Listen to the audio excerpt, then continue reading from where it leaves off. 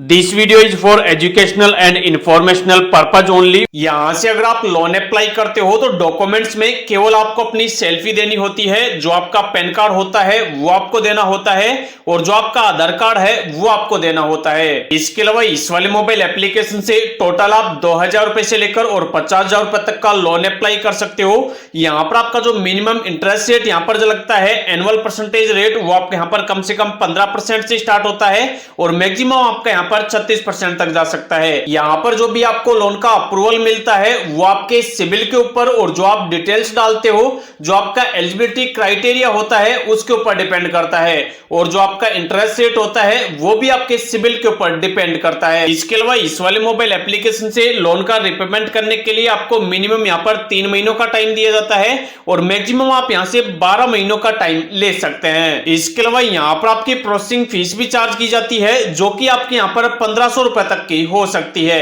जो आपकी processing fees होती है वो आपके लोन अमाउंट के ऊपर डिपेंड करती है। अब आपको इस वाले मोबाइल एप्लीकेशन से लोन अप्लाई करने के लिए वीडियो के डिस्क्रिप्शन में मैंने इस वाले एप्लीकेशन का लिंक दे रखा है, आप उस पर क्लिक करके इस वाले एप्लीकेशन को डाउनलोड कर लेना। डाउनलोड करने के बाद जब आप इसे ओपन करोगे आपके सामने ऐसा डैशबोर्ड आएगा। यहाँ पर साफ साफ लिखा हुआ है कि लोन का यहाँ पर जो एप्लीकेशन है वो आप यहाँ पर विद इन 15 मिनट के अंदर स्टार्ट कर सकते हो और यहाँ पर आपको लोन का जो इंस्टेंट अप्रूवल है वो आपको यहाँ पर मिल जाता है। यहाँ पर ये जो डिटेल्स है वो यहाँ पर एप्लीकेशन के अंदर बताई गई है, मैं यहाँ पर अपनी तरफ से कुछ भी नहीं बोल रहा हूं। इसके अलावा यहाँ पर लिखा हुआ है कि 24 घंटे के अंदर अंदर आपको लोन का डिसबर्समेंट मिल जाता है। इसके अलावा जो भी यहाँ पर प्रोसेस है वो पूरा का पूरा डिजिटल है। अब आपको लोन अप्लाई करने के लिए नीचे ऑप्शन मिलता है अप्लाई नाउ का, आपको इस पर क्लिक करना है। यहाँ पर क्लिक करते ही अब आपसे यहाँ पर कुछ आपकी बेसिक डिटेल मांगी जाती है। सबसे पहले यहाँ पर आपसे पूछा जाता है कि आपका जो नाम है फर्स्ट नेम वो क्या है, तो जो भी आपका पैन कार्ड के अंदर आपका फर्स्ट नेम है वो आपको यहाँ पे डाल देना है। लास्ट नेम जो भी है वो आपको यहाँ पे डाल देना है। जो भी आपकी डेट ऑफ बर्थ है वो आपको डालनी है अपने पैन कार्ड के अकॉर्डिंग।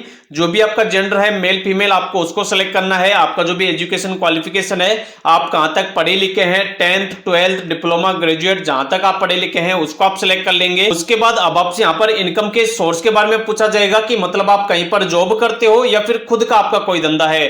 अगर आप कहीं पर जॉब या फिर नौकरी करते हो तो आप यहाँ पर जॉब को सिलेक्ट करेंगे। अगर खुद का आपका कोई धंधा है तो आप बिजनेस को सिलेक्ट करेंगे।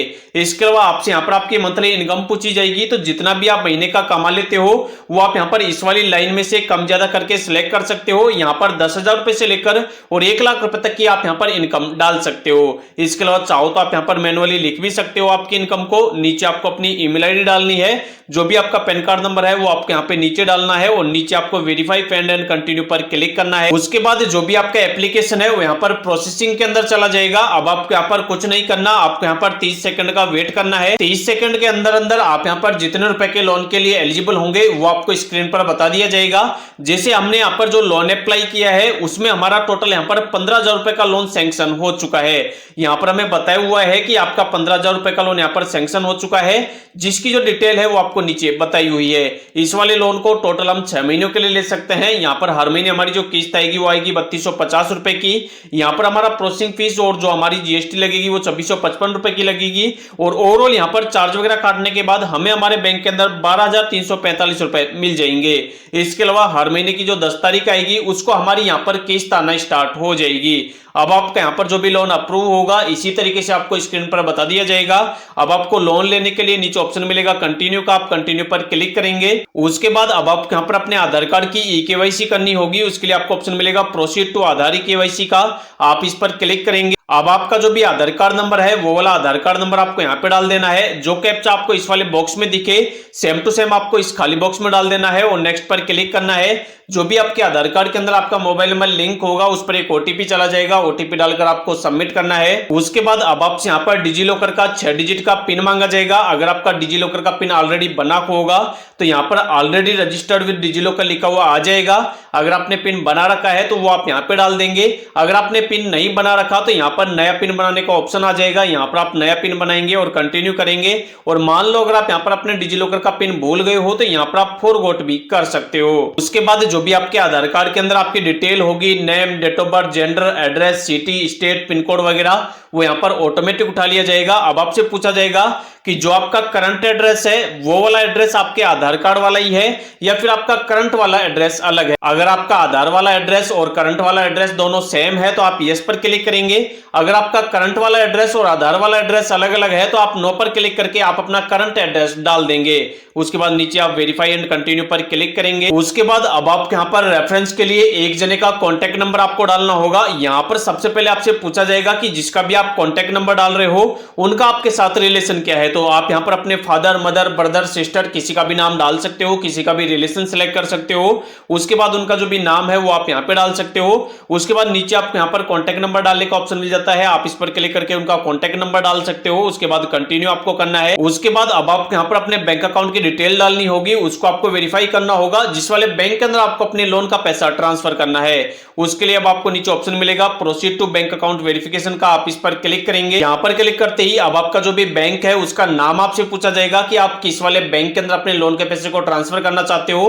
तो जिस वाले बैंक को आप यहाँ पर ऐड करोगे उस वाले बैंक का जो नाम है वो आप यहाँ पर इस वाली लिस्ट में से सिलेक्ट कर लोगे, या फिर यहाँ पर आपको सर्च का ऑप्शन मिलेगा, आप इस पर क्लिक करके अपने नाम को, बैंक के नाम को भी सर्च कर सकते हो। उसके बाद जो भी आपके बैंक का आईएफएससी कोड है वो आपको यहाँ पे डाल देना है। जो भी आपके बैंक का अकाउंट नंबर है वो आपको यहाँ पे डाल देना है। वेरीफाई बैंक अकाउंट में री एंटर में वापस आपको अपने बैंक का अकाउंट नंबर डालना है। उसके बाद जो भी आपका अकाउंट है वो सेविंग है या करंट है आपको उसको सेलेक्ट करना है। उसके बाद नीचे ऑप्शन मिलेगा वेरीफाई बैंक डिटेल का, आपको इस पर क्लिक करना है। उसके बाद अब आपको यहाँ पर एक इमीडिएट ऑटो पे वाला सेटअप करना होगा। उससे क्या होगा कि जो भी आप यहाँ पर लोन ले रहे हो उस वाले लोन की हर महीने जो भी किस्त आएगी वो ऑटोमेटिक आपके बैंक अकाउंट से कट होती रहेगी अगर आप यहाँ पर ये इमीडिएट वाला प्रोसेस कंप्लीट कर लेते हो। तो ये वाला प्रोसेस कंप्लीट करने के लिए आपको दो ऑप्शन मिलते हैं। जिस वाले बैंक की अभी आपने डिटेल डाली है उस वाले बैंक का अगर आपके पास डेबिट कार्ड है या फिर उस वाले बैंक की आपके पास नेट बैंकिंग का आईडी पासवर्ड है तो दोनों में से किसी एक ऑप्शन को सिलेक्ट करके और आप उसकी डिटेल डाल के आप यहां पर ये वाला ऑटो प्रोसेस कंप्लीट कर सकते हो। जैसे ही आपका ये वाला ऑटो प्रोसेस कंप्लीट हो जाएगा ऑटोमेटिक आपके बैंक अकाउंट से जो आपकी किस्त आएगी वो ऑटोमेटिक आपके बैंक अकाउंट से हर महीने कट होती रहेगी। उसके बाद अब आपको यहाँ पर अपने डॉक्यूमेंट का जो ई साइन है वो आपको यहाँ पर करना है। यहाँ पर आपको ऑप्शन मिलेगा डॉक्यूमेंट ई साइन का, आप इस पर क्लिक करेंगे। यहाँ पर क्लिक करते ही यहाँ पर आपको ऑप्शन मिल जाएगा साइन नाउ का, आप इस पर क्लिक करेंगे। उसके बाद अब आपको यहाँ पर एक आपकी सेल्फी, आपकी फोटो आपको कैप्चर करने के लिए बोला जाएगा। नीचे आपको ऑप्शन मिलेगा कैप्चर नाउ का, आप इस पर क्लिक करेंगे। यहाँ पर क्लिक करते ही आपका कैमरा स्टार्ट हो जाएगा और आप अपने कैमरे से यहाँ पर आपकी एक लाइव फोटो आप अपनी फोटो क्लिक करके अपलोड कर देंगे। उसके बाद यहाँ पर लिखा हुआ आ जाएगा कि कांग्रेचुलेशंस, आपका जो एप्लीकेशन है वो यहाँ पर सबमिट हो चुका है।